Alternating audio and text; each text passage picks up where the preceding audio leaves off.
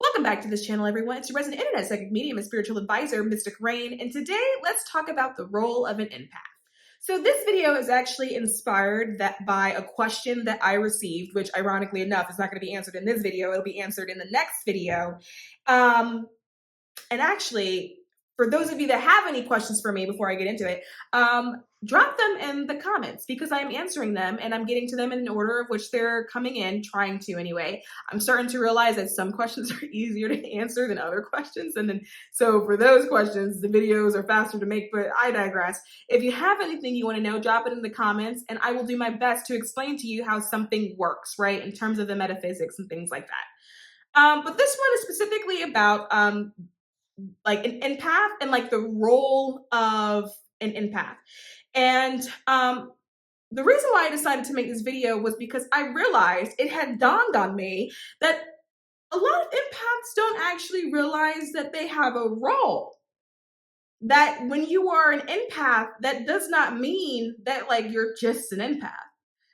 That means that like you're an initiate. It means that you actually have something to do. It actually means that there is a purpose. There is a mission. Not everyone's purpose or mission is the same, but if you know that you're an empath and you identify with being an empath, you actually have a role. A lot of people that fall into their spiritual journey will identify with being an empath. But I find it interesting when I come across people that identify with being an empath because that is how I know that you're like a baby spiritualist, right? You're kind of like a newbie, you're a bit of a novice. And the reason for that is when people learn how to sort of hone their abilities, including their empathic abilities, they stop using the word empath as an identifier. They are now maybe a psychic, in an empath, or a medium, in an empath, right? Maybe a witch, in an empath, but they're not an empath first. People that have a tendency to identify as an empath, and that's where it kind of ends, that is when I know that you are now untapped potential. And as a spiritual teacher, I find that fascinating. And I go, look at them. They don't know. They don't actually know how big they actually are. They think that they're just an empath. So here I am, now trying to explain the role to you. Class is in session.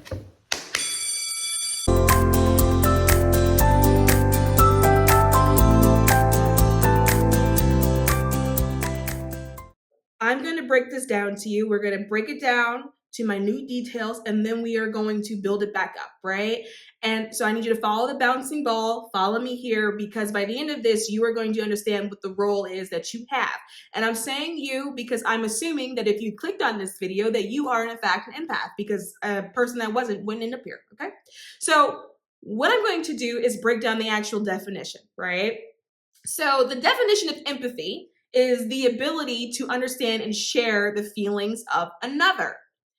And Wikipedia says it is the capacity to understand or feel what another person is experiencing from within their frame of reference. That is the capacity to place oneself in another's position. The word empath itself is actually Greek, and the EM means in, and then path is pathos, meaning feelings. So empath means in feelings. A synonym for empath is actually awareness of. So keep that in the forefront of your mind right now. In Merriam-Webster, the definition is the action of understanding, being aware of, being sensitive to, and vicariously experiencing the feelings, thoughts, and experience of another. So I decided to follow the bouncing ball and I said, you know what? Something is telling me to dig into that word vicariously, and so I'm going to do that. The word vicarious means experienced in the imagination through the feelings or actions of another person. So I thought, what is the stem of vicarious? And the stem of vicarious is actually vicar. Vicar means the representative or deputy of a bishop or a member of the clergy. Synonyms for a vicar is a minister, a priest, a pastor, a preacher, a reverend. And the most exciting one of all, the divine. In other words, a vicar is the next in line or the substitute that is acting on behalf of or serving as an agent for the superior. An example of this is the Pope. One of the Pope's titles is actually the Vicar of Christ, which means like the second hand to or the deputy of Christ. So, if you put that all together, because remember, we are just following the meanings of the words, that actually means that an empath is the vicar of the divine, i.e., the agent of the divine. This is why a lot of empaths have this feeling of service, or there's this feeling that you need to be serving or you need to be doing something, but you may not always know specifically what it is, but there's this deep underlying feeling of there needs to be more. I need to be doing more, right? Because you are an agent of the divine. But the most fascinating thing of all is that the word agent is actually Latin for doing. This is why a lot of you feel like you're supposed to be doing something. Because you are, because you do have a role. Now, at this point, I was in a rabbit hole, so I kept digging. And so I was like, okay, I want to know what are the synonyms for agent? And that came back as proxy, spokesperson, liaison, go between, and my personal favorite, representative. Empaths are representatives of the divine because empaths have the ability to relay messages in terms of thoughts or feelings to people, right? Back and forth because it's the go between. And people who have the ability to hone their empathic skills, to make their empathic skills active, have an ability to be like bomb therapists, right? Or really, really good doctors. They may be someone that has the ability to spot ailments in the body because now they are taking what they have an ability to do, which is to perceive thoughts and feelings, activating it at will and when they feel like they need to use it and when it's useful in order to do something else in life, right? And a lot of empaths, when they learn how to actually hone the skills, can actually use it in their everyday work, whatever it is, whatever their job is, in order to be better at that particular role. You can actually use it as a tool. When you have an ability to choose when you are going to perceive a thought or a feeling, right? That makes you like an active empath as opposed to being a passive empath, which is where a lot of people are when they first start this journey. And the difference between the two is that an active empath is someone that has an ability to call upon their empathic skills whenever they want to use them versus a passive empath who is just empathic and they're picking up on everyone's feelings all the time and they can't control it. The other thing, though, is that the people who have the ability to call upon their empathic abilities whenever they want to do that are also channeling, because being an empath and using empathic ability is actually a form of channeling. I personally use my empathic abilities at work every day. It helps me spot issues before they become issues. It helps me anticipate staffing needs. It helps me to advise. It helps me to always stay in front of an issue because I'm using it as a tool. I'm channeling the space and potentially sometimes people in it. Now, to get you from being a passive empath to a more active empath will require you to hone your skills and hone your abilities. And the way you do that is learning how to identify energies and then control certain energetic spaces. But in order to control an energetic space, you have to first understand what you're perceiving in that space in the first place. When you learn how to do this, it helps you feel like you have regained control of your environment. You have regained control of your surroundings. When you first come into being empathic and you haven't yet learned how to control that, sometimes it can feel kind of volatile or chaotic, or just like everything is too much because the energy is too strong. I would suggest for those of you that would like to start training it is that you start by simply using a really simple exercise of reading the room. A lot of you already do this. A lot of you have an ability to sense the room, to feel the room, to know whether or not you're welcomed in the room or not. But a lot of times this is happening in a subconscious. If you want to be like an active empath, you want to do it at will. You want to deploy that whenever you feel like doing it, as opposed to waiting for the intuitive messages to actually hit you, right? And so what you're going to do is practice by reading rooms. And so anytime you enter a new room, what you can do is ask yourself, how does this room feel? What emotion specifically does this room have? And the reason why you're going to ask a question is because the way the majority of spiritual abilities work, they work by you being like a spiritual detective or a spiritual investigator. You are always looking for something specific. That is how you find it, right? So in this particular case, if you want to read the room to understand what the energy is, you are looking for the energy itself. But how do you know what energy you're looking for? You have to first identify it. So in this particular case, I would say look for an emotion that the room is holding. And some people may say an emotion in the room holding. Yes, because if you can sense an emotion that the room is holding, then that means you can sense the people who are currently in that room or people who were just previously in that room, what emotion that person is or was holding, right? So you're going to go into a room and you're going to say to yourself, is this room happy? Is this room sad? Is this room excited? Is it anxious? Is it worried? Is it hungry? Is the room hungry? And then you're going to allow yourself to feel whatever it is.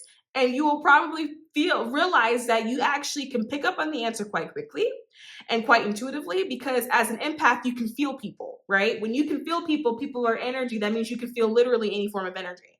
So ask yourself, what is the room feeling? And then take it from there. And if you feel that maybe there was happiness in the room or that there was sadness in the room and you can figure out who was just in that room, then you have the ability to figure out like who that energy belongs to. But learning how to read a room is a non-invasive way of honing your ability, because if you go and look at random people and you say, I'm going to read this person and see how they're feeling, that's kind of rude, right? In the name of ethics, because you, I'm sure, wouldn't appreciate somebody coming across you and peering into your energetic field without permission, right? So instead of you doing that, unless you have like a friend that maybe they're in a journey with you and you guys are working together in order to figure it out, I would recommend that instead of trying to practice on people, that you practice on energetic spaces. Duchess is over there having a dream. She is barking in her sleep.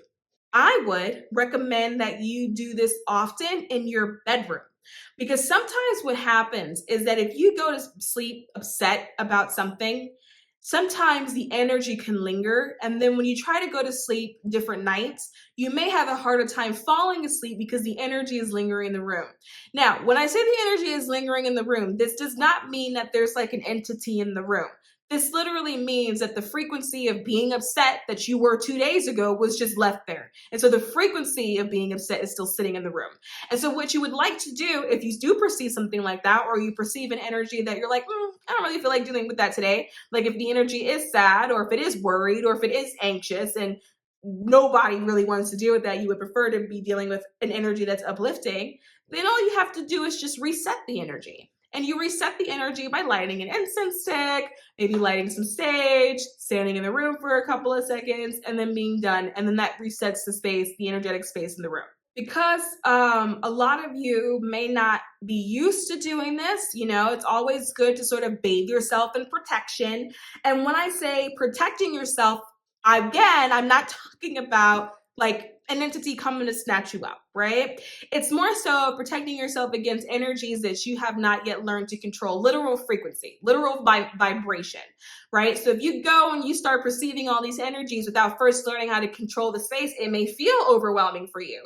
And so that is what a solid protection ritual is doing for you. It's helping you control the energies that are entering your energetic field, right? And so in this particular circumstance, what I would say is prior to you reading a room, you can do a quick visualization where you picture yourself bathing in a white light or a golden light of healing, and just picture it washing over you as a form of protection. And then after that, go in and try to perceive the room. This will help you, if you do this often enough, to try to take the skills that you have and then make you like an active empath as opposed to being a passive empath. But what I will say is not everyone has an ability to perceive in the way that you have an ability to perceive. Now, granted, because of this community right now it's concentrated. So there may be a lot of empaths gathering, maybe watching the video at one time. And so it may feel like a lot of people, but we have to remember that there are billions of people in the world. And so even though we have empath communities gathering on YouTube, it is still a minority compared to everyone else. Not everyone has an ability to perceive in the way that you have an ability to perceive. So of course, you have a role to play in the grand scheme of everything. Because why would you have the ability to perceive that level of energy, but then not have the ability to control or wield the energy that's around you? That's simply just not how it works, right? Empaths, they're agents of the divine. They are representatives of the divine. They have a role to play, and everyone's mission may be a little bit different. Some people's mission may be in the form of spiritual teaching. Some people's mission may be in the form of healing because they have a greater ability to perceive ailments in the body, right? Or to perceive emotional wounds, right? But when you have an intensified ability to perceive that kind of energy, you actually are supposed to be doing something with it.